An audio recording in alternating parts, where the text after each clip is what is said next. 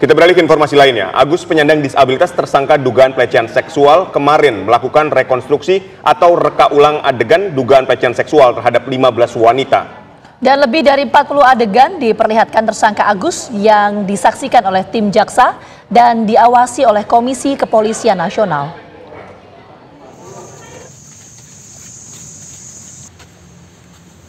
Proses rekonstruksi atau reka ulang adegan dugaan pelecehan seksual yang dilakukan oleh tersangka penyandang disabilitas Agus digelar di 3 lokasi pada hari Rabu. Lokasi pertama adalah Taman Udayana, tepatnya di sisi utara teras Udayana. Lalu homestay atau penginapan tempat Agus melakukan aksinya terhadap korban. Lokasi selanjutnya kawasan Islamic Center yang menjadi lokasi terakhir Agus diantar usai dari penginapan. Lebih dari 45 adegan dipraktekkan tersangka Agus di hadapan para penyidik dan tim jaksa Kejaksaan Tinggi Nusa Tenggara Barat. Rekonstruksi sendiri atas arahan jaksa penuntut umum untuk memperjelas kronologi kejadian dan memastikan kesesuaian keterangan para korban dan saksi. Polisi menegaskan bahwa rekonstruksi ini merupakan bagian dari upaya pengumpulan bukti untuk proses hukum lanjutan. Dari 3 lokasi yang kita lakukan di dalam BAP, sebenarnya ada 28 adegan yang tertuang dalam BAP yang kita skenario-kan. Tetapi saat ini berkembang di lapangan itu ada 49 adegan.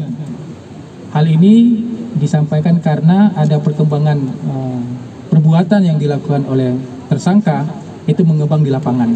Ini kami laksanakan, kenapa? Karena kami mengakomodir keterangan-keterangan yang diberikan oleh tersangka dan perbuatan yang dilakukan di 3 TKP. Kuasa hukum tersangka, pendamping korban serta tim jaksa penuntut umum serta Kompolnas hadir dalam rekonstruksi ini. Kompolnas mengawasi penanganan kasus pelecehan seksual yang melibatkan penyandang disabilitas. Pengawasan dilakukan untuk memastikan penanganan kasus berjalan sesuai ketentuan, serta penegakan hukum yang berkeadilan bagi semua pihak, termasuk korban dan pelaku dengan kebutuhan khusus. Sebanyak 15 orang perempuan menjadi korban dan telah melapor ke Komisi Disabilitas Daerah Provinsi NTB. Jumlah tersebut bertambah dari jumlah sebelumnya 13 orang. Dari Mataram, Nusa Tenggara Barat, Herman Zuhdi, TV One mengabarkan. Pemirsa, apa saja temuan dari rekonstruksi Agus difabel tersangka kasus dugaan pelecehan seksual? Dan kita akan langsung tanyakan kepada rekan Herman Zuhdi. Herman, apa hasil dari rekonstruksi kemarin?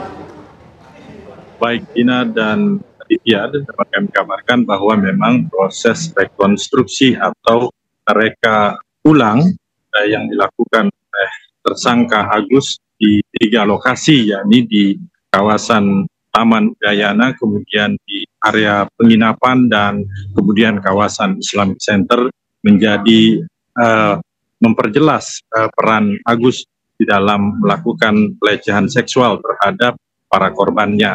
Dan di lokasi ini Agus secara berurutan menjelaskan dan melakukan adegan-adegan yang dilakukan di Taman Udayana.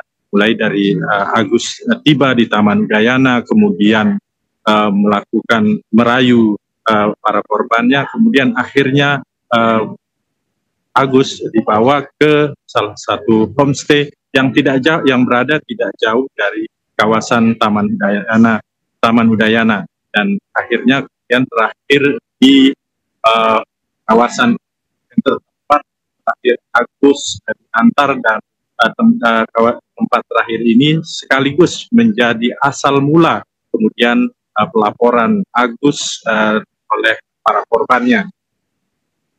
Selain itu, penyidik telah menemukan bahwa dari 28 adegan yang sebelumnya berdasarkan BAP, kemudian setelah setelah dilakukan rekonstruksi, kemudian berkembang menjadi 49 adegan yang dipraktekkan oleh tersangka Iwas atau Agus ini secara berurutan. Ina. Baik, terima kasih Herman Zuhdi mengabarkan langsung dari Mataram, Nusa Tenggara Barat. Selamat kembali bertugas.